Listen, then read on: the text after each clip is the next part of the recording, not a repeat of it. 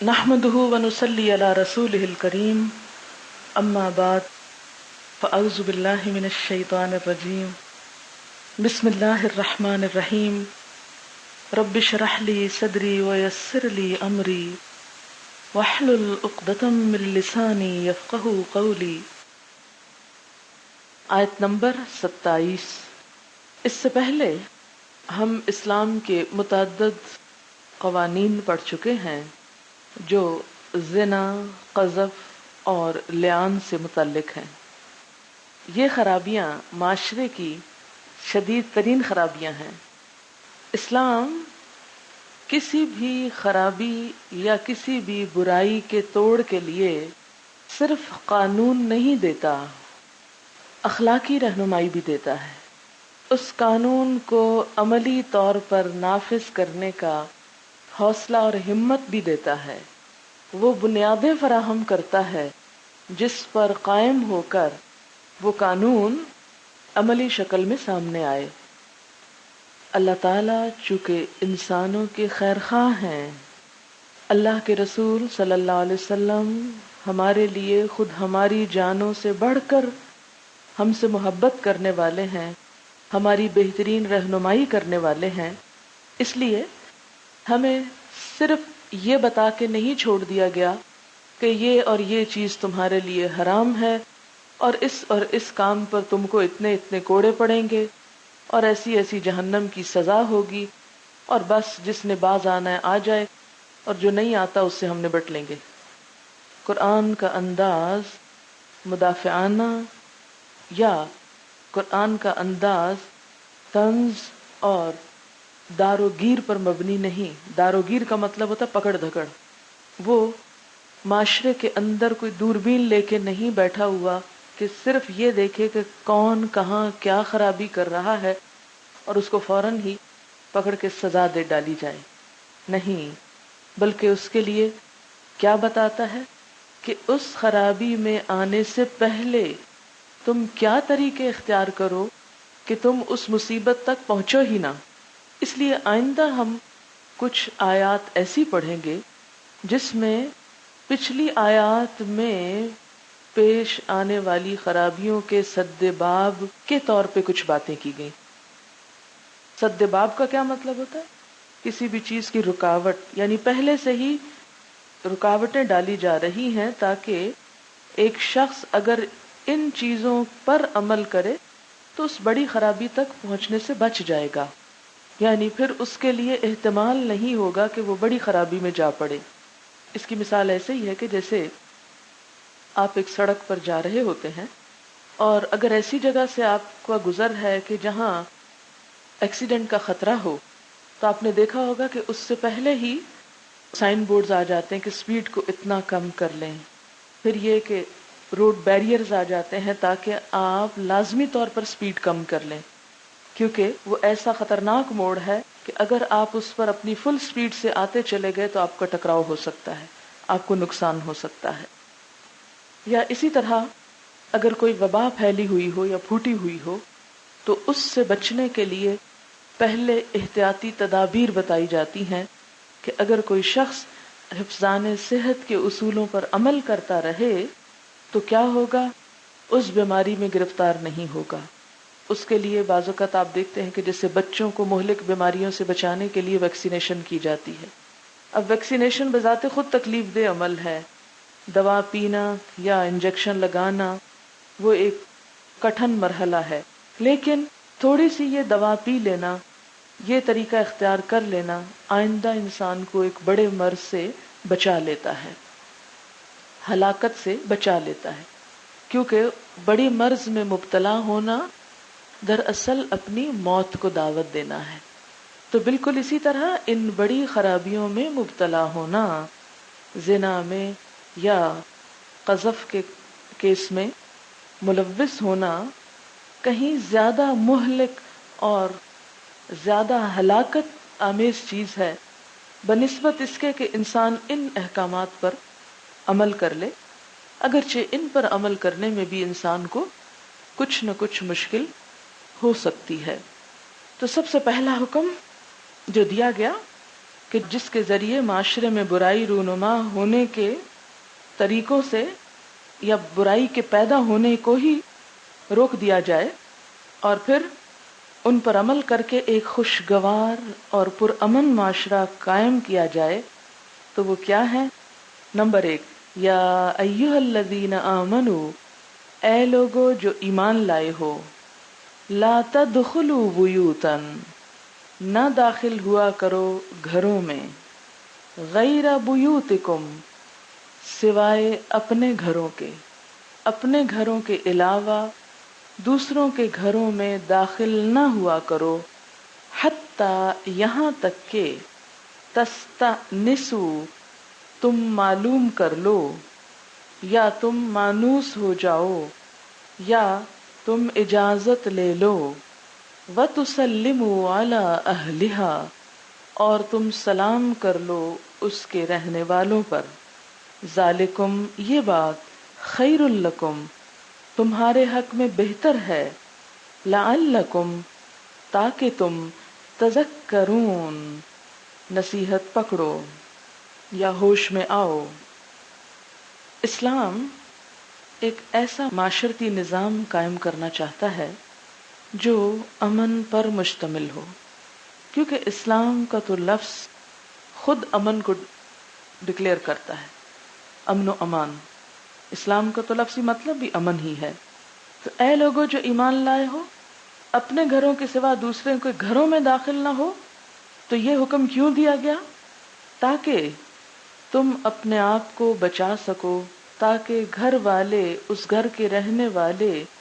بھی اپنے آپ کو خرابیوں سے بچا سکیں۔ کسی کے گھر میں جانے سے کیا خرابیاں ہو سکتی ہیں، اور خاص طور پر اس وقت جب کہ انسان اجازت لیے بغیر، معلوم کیے بغیر، اطلاع دیے بغیر ایسے ہی گھس جائے۔ اس میں سب سے بڑا نقصان کیا ہو سکتا ہے؟ مثلاً آپ تھوڑی دیر کے لیے امیجن کریں، آپ اپنے گھر میں بیٹھی ہیں، اپنے نارمل ڈریس میں اپنا کام کر رہی ہیں، کہ یکا یک آپ دیکھتی کہ آپ کے سامنے کوئی اجنبی آ کھڑا ہوا ہے جس سے آپ کا کوئی رشتہ نہیں، جس سے آپ کا کوئی تعلق نہیں۔ تو اس سے کیا ہو سکتا ہے؟ اس کا نتیجہ کیا ہو سکتا ہے؟ پہلی بات یہ کہ آپ فوراً گھبرا جائیں گی کہ یہ کیا ہوا۔ اسی لیے آپ دیکھیں گے کہ آگے جا کر گھر کے مردوں کو بھی حکم دیا کہ وہ گھر میں آنے سے پہلے اطلاع دیا کریں، یعنی کوئی نہ کوئی انڈیکیشن دے کر گھر میں آئیں تاکہ گھر والے سنبھل جائیں۔ دوسری بات یہ ہے کہ اگر کوئی مرد کسی عورت کو اس کے زینت کے لباس میں، زینت کی حالت میں، ستر کے بغیر دیکھتا ہے تو اسی سے ساری خرابیوں کی ابتدا ہوتی ہے۔ یعنی زنا کی مبتدیات میں سے ہے کہ کوئی مرد کسی عورت کو برہنہ دیکھے یا زینت کی حالت میں دیکھے، تو اس میں چانسز بڑھ جاتے ہیں مرد کے دل میں خرابی کے آنے کے۔ تو اس خرابی سے روکنے کے لیے اور مخلوط معاشرے کو کنڈیم کرنے کے لیے یہ حکم دیا گیا کہ جب تم کسی کے گھر میں جاؤ تو 2 قاعدوں کے ساتھ جاؤ، وہ ابھی اس کی میں وضاحت کرتی ہوں۔ پہلی بات کیا ہے؟ حتی تستأنسوا، یہاں پر سمپلی یہ بھی کہا جا سکتا تھا حتی تستأذنوا، یہاں تک کہ تم اجازت لے لو، اجازت لے لو، لیکن اجازت کا لفظ نہیں استعمال کیا گیا۔ تستأنسوا، استئناس کا لفظ استعمال کیا گیا، باب استفعال، روٹ ہے الف نون سین، انس، یہاں تک کہ تم انس حاصل کر لو۔ اس کے 2 معنی کیے گئے ہیں، ایک ہے کہ معلوم کر لو، استئناس کا ایک معنی کیا ہے؟ حال معلوم کر لو کہ گھر والے کس حال میں ہیں، کیا تمہیں ویلکم کرنے کے لیے پریپیئرڈ ہیں یا نہیں، اور دوسرا معنی وہی عام کیا گیا کہ تم اجازت لے لو۔ اب دیکھیں کہ انس کے معنی میں زیادہ گہرائی ہے اجازت کی نسبت، اذن کی نسبت۔ اب صرف جب اجازت لی جائے گی تو سمپلی یہ کہ آپ کسی کے دروازے پہ جا کے نوک کریں اور اسے کہیں کہ میں آنا چاہتا ہوں، مجھے اجازت دیں، تو وہ مجبور ہوگا کہ ہاں ٹھیک ہے، آنا ہے تو آ جاؤ، چلو آ ہی جاؤ، کیونکہ پھر بہت برا لگتا ہے کہ کسی آنے والے کو کہا جائے کہ نہ آؤ۔ لیکن تستأنسوا کا مطلب ہے کہ مانوس کر لو، یعنی دوسرا واقعی دل سے راضی ہو جائے۔ اب کسی کے بھی گھر جانے کے 2 طریقے ہو سکتے ہیں۔ ایک طریقہ یہ ہے کہ بغیر اجازت کے جب آپ کا جی چاہے من میں آئے آپ دوسرے کے گھر جا دھمکیں، دروازہ ناک کریں، ایک فرضی سی اجازت لیں اور اندر، اور بعض اوقات اس کے بھی تکلف گوارا نہ کریں کہ ہمارا تو حق ہے۔ دوسرا طریقہ کیا ہے کہ جانے سے پہلے اطلاع دیں، اس کو مانوس کریں کہ فلاں وقت آنے والا ہے، یعنی جانے سے پہلے اس کو اطلاع دیں اور اجازت طلب کریں۔ یہ جو اطلاع دے کر اجازت طلب کرنا ہے، مثلا ٹیلی فون پر آپ پوچھ رہے ہیں کہ میں آپ سے ملاقات کرنا چاہتی ہوں، کس وقت آ سکتی ہوں؟ اب دوسرے شخص کو سوچنے کا موقع مل گیا کہ ہاں فلاں فلاں وقت جو ہے میرے پاس فارغ ہے، اور ہاں اس وقت آ جاؤ تو زیادہ بہتر۔ اب کیا ہوا، اس نے اجازت مانگنے والے نے جس سے اجازت مانگی اس کو اپنے سے مانوس کر لیا، مانوس ہو گیا نا، کہ اس کی مرضی، اس کی رعایت، اس کی خواہش، اس کی سہولت کے مطابق وہاں جایا جا رہا ہے۔ اب کیا ہوگا، جب کسی کو پتا ہو کہ کوئی آ رہا ہے تو وہ پہلے سے انتظام کر کے رکھے گا۔ اگر کوئی عورت آ رہی ہے تو اس کے مطابق بیٹھنے اور رہنے کا انتظام ہوگا، اگر کوئی مرد آ رہا ہے تو اس کے مطابق انتظام ہوگا، اگر کوئی بچے آ رہے ہیں تو اس کے مطابق انتظام ہوگا۔ اس طرح اہل خانہ کے لیے ایک سہولت پیدا ہو جائے گی۔ یہ ایک آسان طریقہ ہے کسی کے گھر وزٹ کرنے کا، اور اس میں خرابی کا احتمال کم سے کم ہو جاتا ہے، کیونکہ جس سے آپ مل رہے ہیں اگر وہ بھی دین کو سمجھتا ہے تو ظاہر ہے کہ آپ کو کسی ایسے وقت یا ایسی جگہ پر آنے کے لیے نہیں کہے گا جہاں مرد اور عورت کا اختلاط ہو سکتا ہو، یا یہ کہ صاحب خانہ عورت گھر میں ہی نہیں، صرف مرد گھر میں ہے اور آپ چلے گئے ہیں تو اس میں آپ کے لیے خرابی ہو سکتی، یا یہ ہے کہ عورت گھر میں اور کوئی مرد وزٹ کرنے کے لیے آ رہا ہے اور عورت تنہا ہے اور مرد بغیر اجازت پوچھے بغیر آ جاتا ہے تو اس میں بھی خرابی کا احتمال ہے۔ ایک واقعہ شاید میں نے سنایا تھا، یہ آگے آئے گا، کہ کوئی شخص کسی کے گھر میں مہمان آ کے ٹھہرا اور اسی اہل خانہ کی بیٹی کے ساتھ انوالو ہو گیا۔ تو اس میں آپ دیکھیں کہ عموماً یہ ہوتا ہے کہ رشتہ دار بھی جب آتے ہیں اور رشتہ داروں کے ساتھ، مثلاً آپ اپنے ہی بہن بھائیوں کو دیکھیں کہ آپ کی اگر جوان بیٹیاں ہیں اور ان کے جوان بیٹے ہیں، اور ایسے وقت میں آتے ہیں کہ جب گھر میں آلریڈی اور بھی مہمان موجود ہیں، تو پھر ان کو ٹھہرانے میں، ان کو رکھنے میں، ان کو انٹرٹین کرنے میں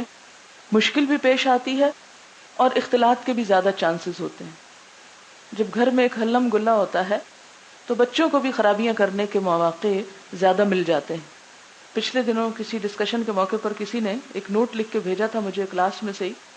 اس کا کچھ مجھے یوں یاد پڑتا ہے کہ ہمارے ہاں بہت سے لڑکی اور لڑکے کے تعلقات ہماری شادیوں کے فنکشنز پر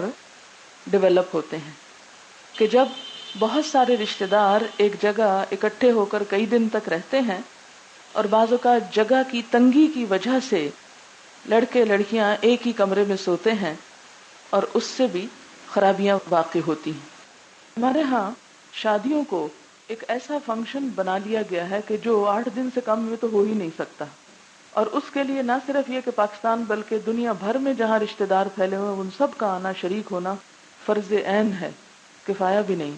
کہ جب تک وہ آ نہ چکے تو شادی نہیں ہو سکتی۔ اب ظاہر ہے جب وہ آئیں گے تو کسی ہوٹل میں تو نہیں ٹھہریں گے، وہ آپ کے گھر پہ ٹھہریں گے۔ پھر یہ کہ ہم تو ماڈرن ہو چکے ہیں، اب پردے کا تو رواج ہی نہیں ہے یا سیپریشن کا۔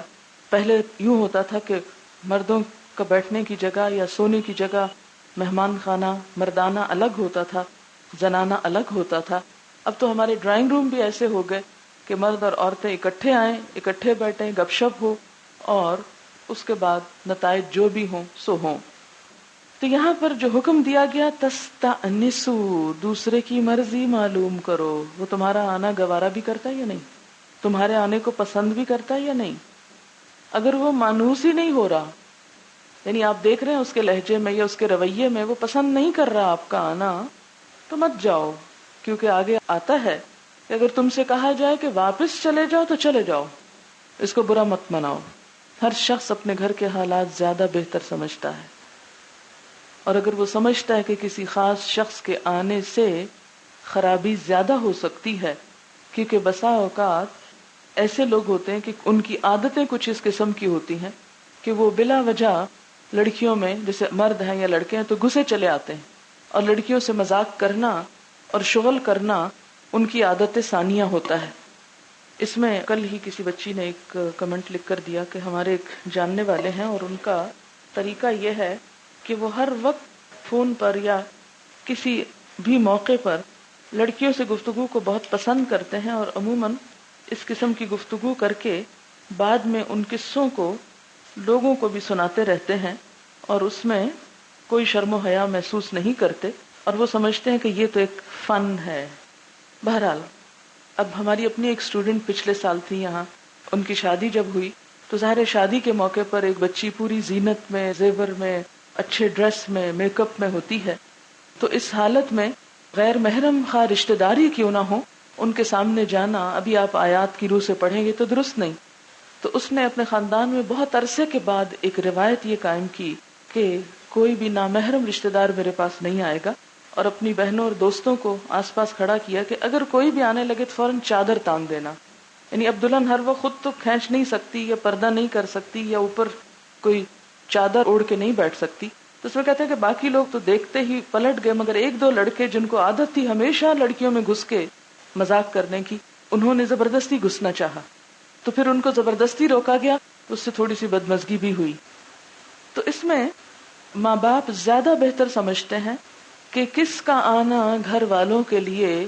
خطرے کا باعث ہے، نقصان کا باعث ہے. مثلاً یہ ہے کہ اگر کوئی ایسے میل رشتہ دار آ رہے ہیں کہ آپ ماں کی حیثیت سے گھر میں موجود ہی نہیں اور آپ کی جوان بیٹیاں،